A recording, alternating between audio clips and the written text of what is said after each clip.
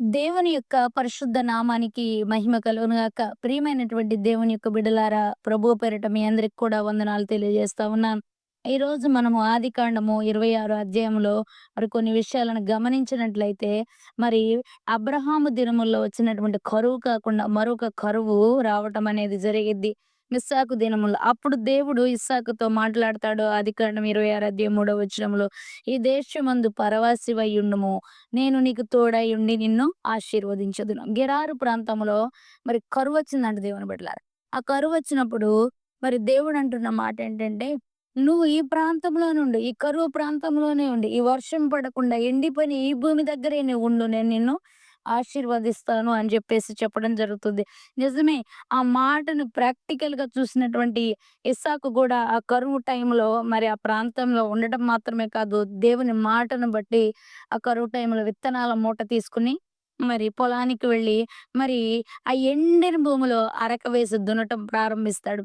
నిజమే, ఎండిన భూమిలో అరక దిగిద్దంటే దిగదండి. వర్షం పడితే మెత్తగా ఉండి దిగుతుంది గానీ, ఎండిన భూమిలో గీత మాత్రమే పడిద్ది. అయినను ఆ గీతలోనే మరి విశ్వాసంతో మరి ఆ గీతలోనే విత్తనాలు చల్లినప్పుడు మరి ఇస్సాకు జీవితంలో నూరంతల ఫలమును పొందినటువంటి వ్యక్తిగా మనం చూస్తా ఉన్నాం. నిజమే. ఈరోజు మరి ఎన్నో ప్రార్థనలు మనం చేస్తా ఉన్నాం. ఎన్నో ఆశీర్వాదాలు, ఎన్నో అవసరాలు దేవునితో మనం చెప్పుకుంటా ఉన్నాం. దేవుడు ఆశీర్వదించాలని ఆశపడతా ఉన్నాం. మరైతే గడిచిన కాలాల్లో కొన్ని ఆశీర్వాదాలు మనం పొందుకోలేకపోయి ఉండొచ్చు. అయితే దేవుడు అంటున్నాడు, "నేను నిన్ను ఆశీర్వాదకరంగా మార్చాలి అంటే నా మాట నువ్వు వినాలి. నేనెక్కడుండమన్నానో అక్కడుండాలి. నేనెక్కడ విత్తనం వేయమన్నానో అక్కడే ఉండి నువ్వు విత్తనం వేసినప్పుడు నీకు నేను నూరంతల ఫలాన్నిచ్చే దేవుడినై ఉన్నానని" చెప్తున్నాడు. నిజమే. ఆశీర్వాదం పొందుకోవడానికి కూడా ఒక అర్హత అనేది మనకి ఎంతగానో అవసరం. దేవుడు నిన్ను దీవించుటకు నీకు ఉండాల్సినటువంటి అర్హత ఏంటనేది దేవుడు జ్ఞాపకం చేస్తా ఉన్నాడు. అది దేవుని చిత్తంలో నువ్వు ఉండటం. దేవుడు ఏం చెబితే అది నువ్వు చేయటమే దేవుని యొక్క నీ యొక్క అర్హత. అప్పుడు దేవుడు నిన్ను ఆశీర్వదించడానికి ఇష్టపడేటువంటి వ్యక్తిగా ఉన్నాడని నేను తెలియచేయడానికి ఇష్టపడుతూ ఉన్నాను. నిజమే. చూసారా? మరి ఇస్సాకు ఆ ప్రాంతంలో ఉండి మరి ఎండిన భూమిలో పంట వేసినప్పుడు దేవుడు ఇస్సాకుకి నూరంతల ఫలాన్ని ఇచ్చాడు దేవుని బిడ్డలారా. చూడండి. అలాగే ఇంకో విషయాన్ని మనం జ్ఞాపకం చేసుకుంటే రుతు గ్రంథంలో నయోమి భర్త ఎలీమెలెకు మరి వీళ్ళిద్దరూ కూడా మహలోను, కిల్యోను వీళ్ళు కూడా మోయాబు దేశానికి కరువొచ్చిందని వెళ్ళిపోతారు దేవుని బిడ్డలారా. కరువు దినాల్లో వారేం చేస్తారంటే దేవుని బిడ్డలతో పాటు ఆ కరువులో ఉండరు. దేవుని చిత్తంలో ఉండరు. దేవుని ఉద్దేశంలో ఉండరు. వారు శారీరకమైనటువంటి సమృద్ధిలోకి వెళ్ళడానికి ఇష్టపడుతున్న కారణాన్ని బట్టి వారు మోయాబు ప్రాంతానికి వెళ్ళడం జరిగిద్ది. మోయాబు ప్రాంతానికి వెళ్ళినప్పుడు అక్కడ జరిగినటువంటి ఒక విషయం ఏంటంటే, మరి ఆ మోయాబు ప్రాంతంలో మరి ద నయోమి తన భర్తని, ఇద్దరు బిడ్డలను కోల్పోవడం కూడా జరుగుతది దేవుని యొక్క బిడ్డలారా. చూసారా? పరిశుద్ధులతో ఉన్నప్పుడు, పరిశుద్ధుల సహవాసంలో శ్రమలు పడమని దేవుడు అనుమతిస్తే, ఆ శ్రమలను తప్పించుకుని నయోమి ఏం చేసిందంటే, మోయాబు దేశంలో సుఖపడదామని, సంపాదించుకుందామని వెళ్ళింది. కానీ రిక్తురాలిగా తిరిగొచ్చింది దేవుని యొక్క బిడ్డలారా. కానీ ఇస్సాకు అలా లేడు. ఇస్సాకు ఎలా ఉన్నాడంటే, దేవుడు ఎక్కడుండమన్నాడో అక్కడే ఉన్నాడు. ఆ గెరారా ప్రాంతంలో పరవాసిగా ఉండు ఇస్సాకు. నేను నీకు తోడై ఉంటాను. నేను నిన్ను ఆశీర్వదిస్తాను అంటే, ఆ మాటను పట్టుకొని, ఆ విత్తనాల మూట పట్టుకొని, ఆ ఎండిన భూమిలో మరి అరకను దున్నడానికి, ఆ పంట వేయడానికి తను వెళుతున్నప్పుడు తన చుట్టూ ఉన్నటువంటి చూపులు, మాటలు, పరిస్థితులు ఎలా ఉన్నాయో తెలీదు కానీ, తన దర్శనం, తన గురి, తన యొక్క విధానం అంతా కూడా దేవుని మీద ఆధారపడి ఉన్నాడు గనక, తను దేవుని మీద ఎంత ఆధారపడ్డాడో అంత ఫలాన్ని పొందాడు. అక్కడైతే దేవుని శ్రమని, దేవుడు కల్పించిన పరిస్థితుల్ని, శోధనలు, పరీక్షలన్నిటిని కూడా వదిలిపెట్టి భౌతికమైనటువంటి ఆశీర్వాద కొరకు, భౌతికమైనటువంటి సంపద కొరకు వెళ్ళినటువంటి ఒక నయోమి జీవితంలోనేమో చేదు, మారా అనుభవం, మరి దేవుని మాటను పట్టుకొని, దేవుని యొక్క దృష్టిలో, చిత్తములో ఉన్నటువంటి మరి యొక్క ఇస్సాకు దేశంలోనేమో మధురమైనటువంటి అనుభవాలు ఉన్నట్లుగా మనం చూస్తా ఉన్నాం. ఈరోజు నీ పరిస్థితి ఎలా ఉంది?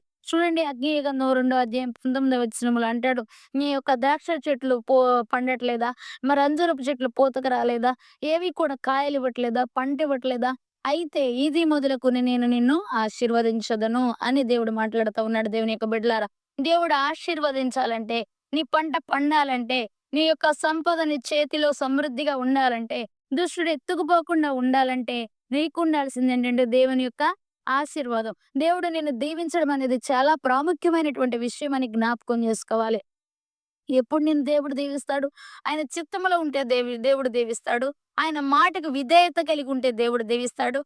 ఆయన చెప్పింది నెరవేరటానికి అది శ్రమైన, హింసైన, కరువైన, ఉపద్రవమైన నువ్వు మరి ఆ యొక్క ఆయన మాట చేయడానికి, ఆయన మాటను వినడానికి సాధకం అభ్యాసం చేసుకున్నప్పుడు దేవుడు నిన్ను దీవిస్తాడు. పని ప్రారంభిస్తే ఏదో ఒక ఆటంకం జరుగుతుందేంటా? నా ప్రయత్నాలన్నీ ఎందుకు విఫలమవుతున్నాయా?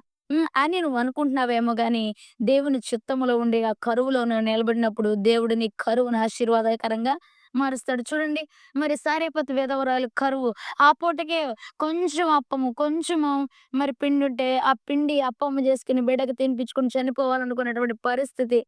అయితే దైవజనుడు తనను పరీక్షిస్తా ఉన్నాడు. దైవజనుని ద్వారా దేవుడు తనను పరీక్షిస్తా ఉన్నాడు. ఏమనంటే, "ఆ యొక్క అప్పము నాకు కొంచెం పెట్టు, ఆ నీళ్లు నాకు కొంచెం ఇమ్మన్నప్పుడు" మరి దైవజనునికి ఆహారం పెట్టినప్పుడు ఆమె యొక్క మరి బుడ్డెలో నూనె గాని, తొట్టిలో పిండి గాని తక్కువ కాలేదు దేవుని బిడ్డలారా. ఆశీర్వదించబడింది. ఈరోజు నీ గుప్పెలి మరి దేవుని కొరకు నువ్విచ్చే విధానం నేను చెప్పేదేంటంటే, దేవుని కొరకు, దేవుడు ఉండమన్న ప్లేస్‌లో ఉండి, దేవుడు చేయమన్నది నువ్వు చేయడానికి నీ హృదయాన్ని, నీ మనస్సును నువ్వు అప్పగించుకున్నప్పుడు, దేవుడు నిన్ను దీవించడానికి ఆలోచించనే ఆలోచించడు. దేవుడు నిన్ను ఖచ్చితంగా దీవిస్తాడు. అర్థమైందా? కాబట్టి దేవుడు నీ పంటను విస్తారంగా ఫలించేటట్లు చేస్తాడు. నీ బిడ్డలు నీ మాట ఇనేటట్లు చేస్తాడు. మరి నీ పరిస్థితులన్నిటి నుంచి కూడా ఆయన ఏం చేస్తాడంటే నిన్ను విడిపించేవాడుగాను, మరి కాపాడేవాడుగాను ఉంటాడు. దేవుని యొక్క బిడ్డలారా మరి చూడండి ఇస్సాకు ఆ ప్రాంతంలో ఉన్నప్పుడు మరి నిజంగా మరి తన చుట్టుపక్కల వాళ్ళందరూ కరువొచ్చిందని వెళ్ళిపోయారేమో నయోమిలాగా నాకైతే తెలీదు కానీ, ఇస్సాకు దేవుని మీద ఆనుకున్నాడు. ఇస్సాకు దేవుని మాట విన్నాడు కనుకనే ఆ ఎండినటువంటి పరిస్థితిలో గూడా దేవుడు ఇస్సాకుని విడిచిపెట్టలేదు దేవుని బిడ్డలారా. ఈరోజు నీ పరిస్థితులన్నీ ఎండిపోయినట్లుగా అనిపిస్తున్నాయా? నీ బిడ్డల యొక్క ఆరోగ్యాలేంటో నీకు అర్థం గాట్లేదా? నీ పరిస్థితేంటో నీకు అర్థం గాట్లేదా? ఏం చెయ్యాలో, ఎలా ఉండాలో, ఏంటో నా పరిస్థితిని ఆలోచిస్తున్నావా? ఈ ఎండిన స్థితిలో గూడా పరిశుద్ధుల సహవాసంలో ఉండు. ప్రార్థనలో ఉండు. ఉపవాసంలో ఉండు. జాగారాల్లో ఉండు. ప్రార్థన అనుభవం కలిగి మోకాళ్ళ జీవితాన్ని కలిగుండు. దేవుడు ఎండిన స్థితిలో నుండి చిగురు బట్టి, పూత బట్టి, కాయలు, ఫలాలిచ్చి, నూరంతల ఫలము చూసేటువంటి కృపను, ఆ యోగ్యతను, ఆ అభిషేకాన్ని దేవుడు నీకిస్తాడని నేను చెప్పడానికి ఎంతగానో ఇష్టపడతా ఉన్నాను దేవుని యొక్క బిడ్డలారా.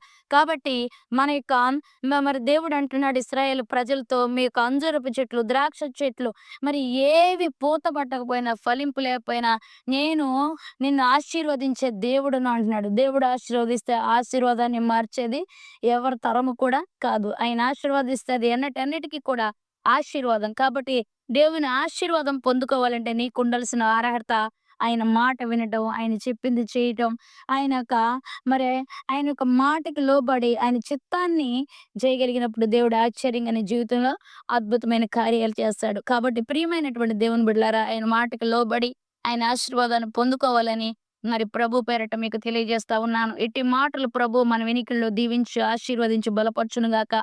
ఆమేన్. God bless you. Praise the lord.